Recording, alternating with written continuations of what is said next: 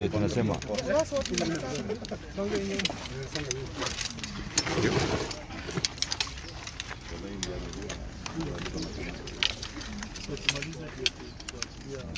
are you ready?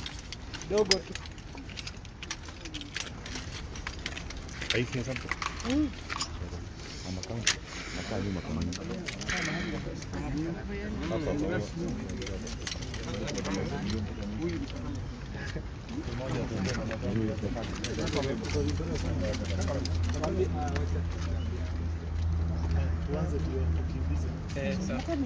Ready?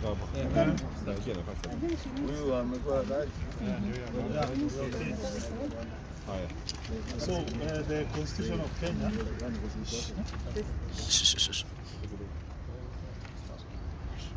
Article 49 and Article 50 of the Constitution guarantees every suspect the presumption of being not guilty until there is enough evidence and after the conclusion of the trial. So Honorable Rigathi Gachagua currently is presumed to be innocent, and therefore we strongly feel that the bond terms have been granted by the court were too high, and we want to urge the courts going forward to ensure that they adhere to the key tenets of bail's applications, which is only to secure the attendance of an accused person. We want to give an assurance to Hustler Nation and also supporters of Deputy President Ruto. We shall stand with Honorable Rigathi Gachagua. We shall defend his rights in court, and notwithstanding all forms of intimidations, those of us who belong to this current generation, we have a moral duty to continue fighting for justice for those who we believe strongly that they are innocent. I will conclude by saying that for the last 4 days, our colleague Honorable Gachagua has been detained in a police cell. There were other suspects, but it was only Honorable Rigathi Gachagua who was arrested. And of course, that to me is discriminatory, because if when you look at the charge sheet, you see almost about 10 or 9 other suspects, but it was only Rigathi who was arrested and arraigned in court.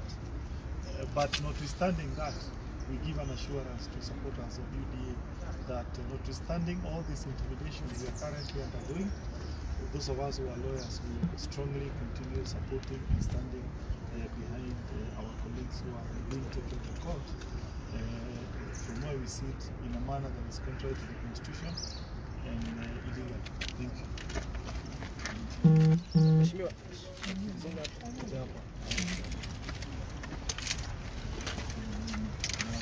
Okay. Without repeating what Honorable Rigathi has said, the cardinal principle of bail terms is that if an accused person is able to demonstrate to the court that they will attend court as may be ordered by the court, then you can even be released on personal freedom. Jurisdictions that are progressive and respect human rights, like Canada, America, European Union, in fact, allow release of accused persons basically on free board. And a surety could also be just required to give his workplace and personal details. In Kenya, the Constitution, Article 49, is very clear that the right to bail is the right of an accused person, and therefore, as you grant bail terms, the court must be cautious and careful that it does not fall into the temptation and trap of the prosecution and the executive by granting terms that are not accessible to the accused person, and really the threshold and the test should be if it were an ordinary Kenyan that is brought before the court. Therefore, giving 12 million Kenya shillings, I would say that for a person who is a member of parliament, who has a family, a status in terms of working, and available at the call and beck of the court, really that is unreasonable. However, going forward, Kenyans must be alert that courts should not become the next station where human rights are trampled upon. And I would want to wish Mr. Gachagua all the best. Most of us here are his lawyers on record, and we want to work with the court, but we do not want the court to be a captive or under the capture of the state. And therefore, I think that in future we would expect more reasonable appeal, because you have seen people being held unreasonably long, and even now I believe we would have to find a way of raising that kind of money, because it is not possible to be expected that you will raise 12 million to be able to be released in cash, and even in terms of by way of bond, is double the amount for that kind of a security. Then, and the figure, the amount that you have been charged with in this particular case and in all other cases, it is targeted to punish. These figures are just being thrown like 7 billion in charge number, count number 5, so that then the accused person is faced with an unreasonable amount for bail. And even the fact that they arrested him on Friday, kept him 3 days in, I think it is all abuse of power and abuse of office.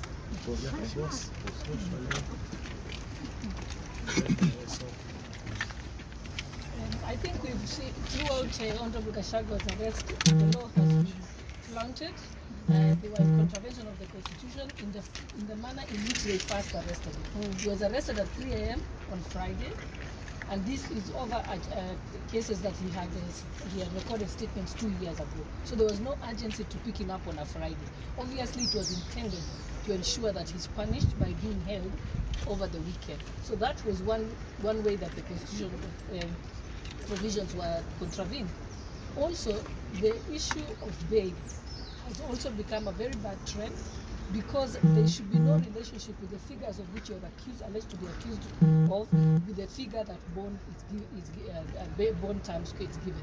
Bond is only supposed to secure attendance in court. It's not supposed to be a punishment for an alleged crime, and that is the challenge that we are having now. And we hope that the judiciary stays away and avoids being abused and used by the executive to punish their perceived enemies. So, much has been said, but then there is a fear that is, and a wind of fear that is moving around this country on being retributive to accused persons before trial. That you want to punish a person, more than he would have even been punished if he's convicted in the charge. Because looking at the entire thing, that a person is being charged of an alleged economic crime, with a defective charge sheet, which you're going to say in other forms. And then you come out and say, they're supposed to pay 12 million as cash. For us, that one is more of a punishment when you combine it also with the 4 days, being held in custody, isolation and being held in custody. But even as we look at that, we call upon the judiciary, more particularly the lower courts. You need to live by the fact that what you do today will also be affected on you tomorrow. And this we say with a lot of respect. You look at what happened last week on Thursday, Wednesday, I think it was Wednesday, where 2 judges were picked up from the office by the DCI, and I want you to imagine if they were, perhaps they could have been brought before you with trumped up just charges without being, given an opportunity to express themselves as they did, being the officers being ransacked and being driven off to the DCI headquarters and perhaps being brought before you, and then you tell them now you are supposed to pay 15 million. We imagine that perhaps the effect of this crime could have you behind bars or pay a certain amount of fine in the near future. So we need to look at this element of bail and bond, and this is so clear in Article 49, as the police have said, that it's actually a right.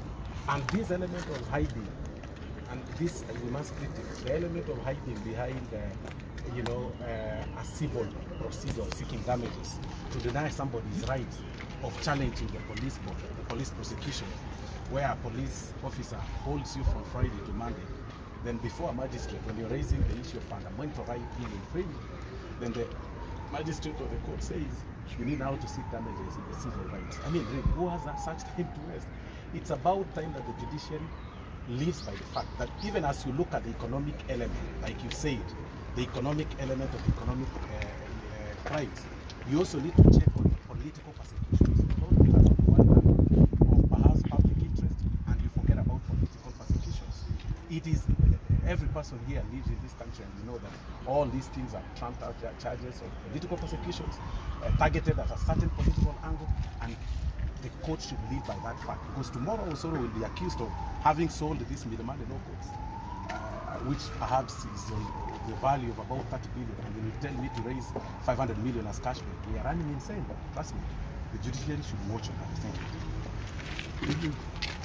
Thank you. Having heard from the lawyers, let me say this case actually vindicates what we have all been saying, that the fight against corruption in this country under the regime of President Uhuru Kenyatta will never succeed. The fight against corruption in this country cannot succeed when you use the criminal justice system not to prosecute, but to persecute your perceived political enemies, or those that hold a different political lining from what you hold.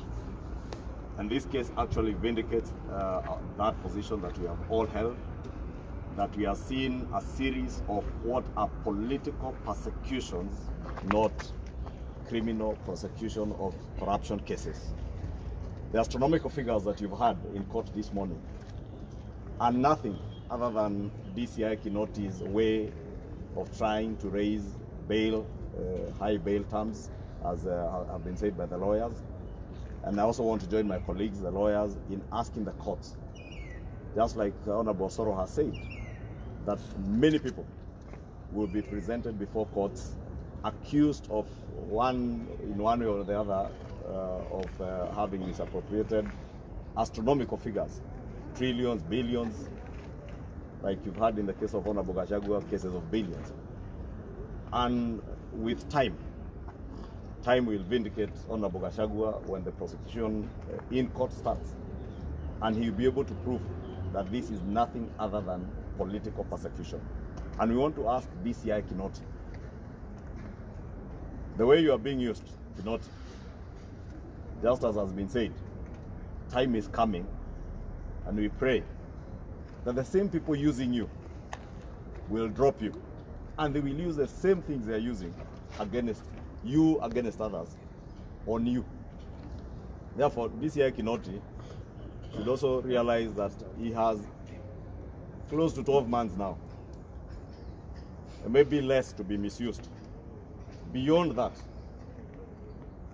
for them to get away with the crimes that they're persecuting Kenyans with, they will have to get somebody to carry that burden. And DCI Kinoti, I just want to tell you for free, and IG Mutiambai, you will carry the burden of the persecutions that you are persecuting Kenyans, whether it is politicians or any other Kenyans. The same people in that system that you are working for will bring it back to you. And I think those that have served in your offices before, you could take a walk down the path of history and you will see.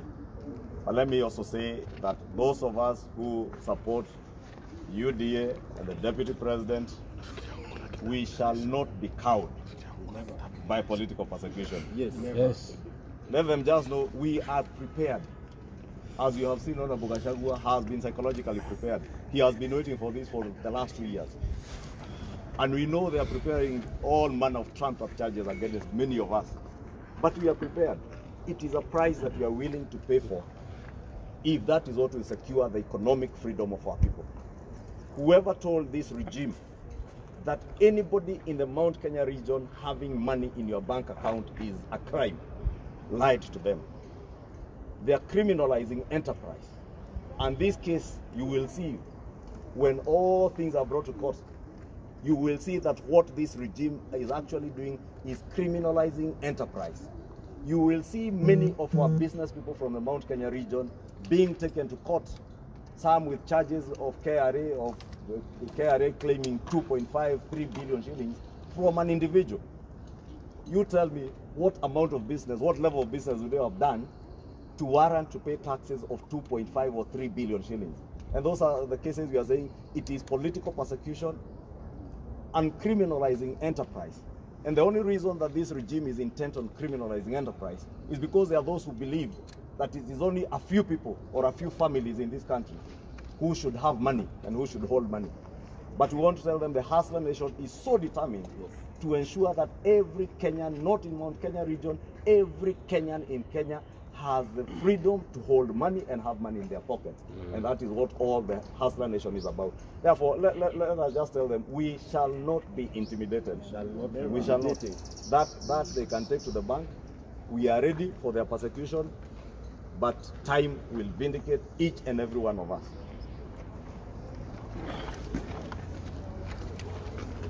Ningetaka niongeze kwa ufupi niseme ya kwamba today is a very dark day in Kenya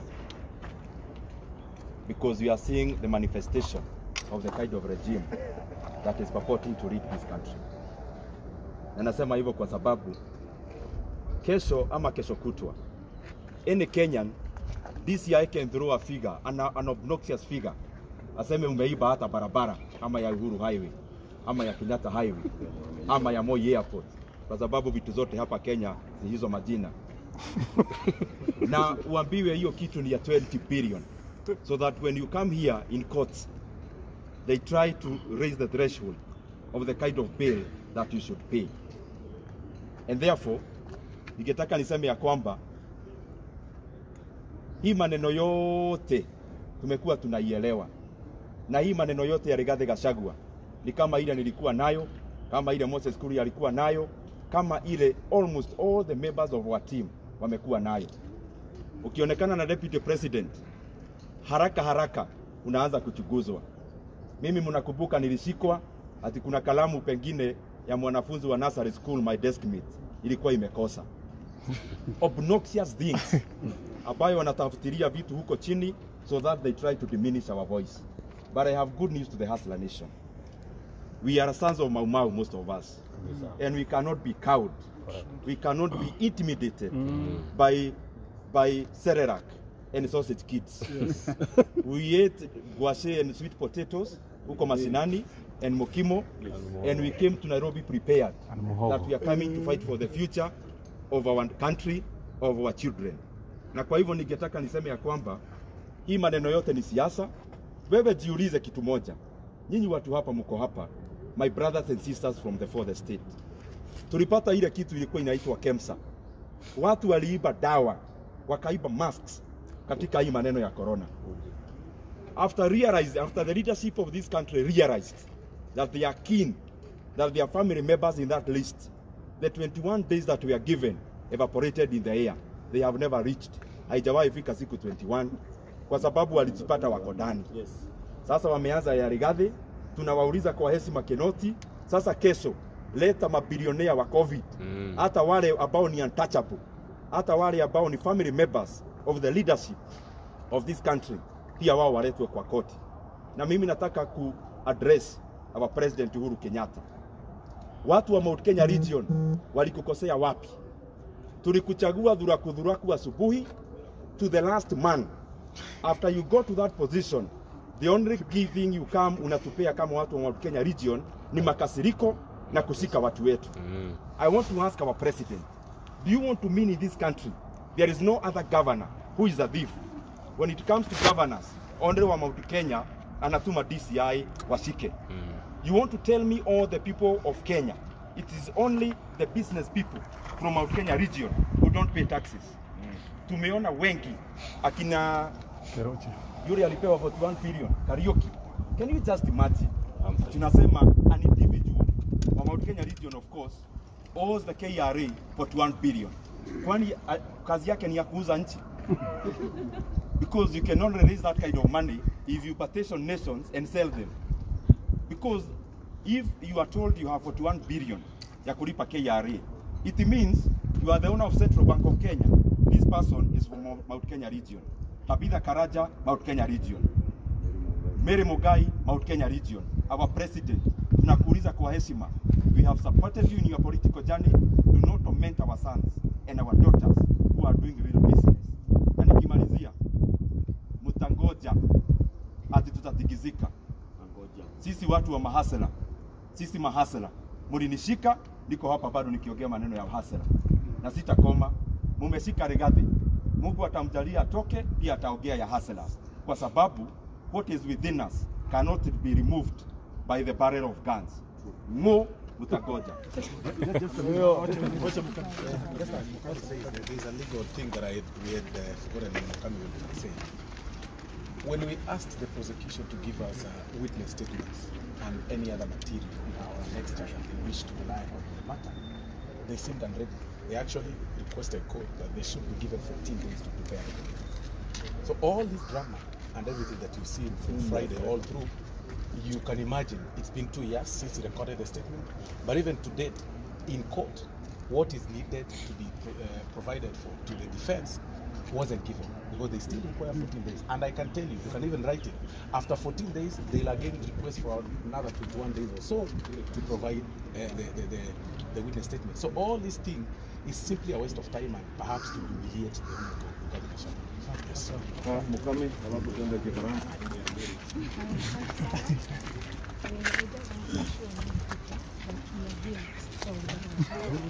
As you can see, we have a series of cameras and we have our registered camera. I know it is very, very painful. It is a very difficult moment for us as Malians, but we know the justice is there. So I want to tell you, tuko hapa tunajaribu kuchonga pesa ndio tuhakikishe tunapata hiyo cash bail ya 12 million ndio Mheshimiwa Rigathi aweze kutoka aendelee kufanya kazi ya kuchunga watu wa Madera. Kwa hivyo watu wa Nyeri, asante sana kwa maombi yenu na tunajua Mungu yuko. Hii tutaweza. Asante sana. Na hii koti ni chafu sana. Kwa kuna maabusu wanaanza osha huko. Very dirty court. These things. Koti chafu.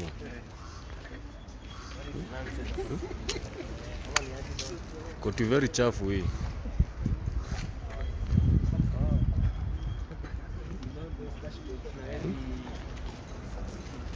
Bata unaweza toa tetanus bana. Na ati ni yai koti bana. Chafu hivi.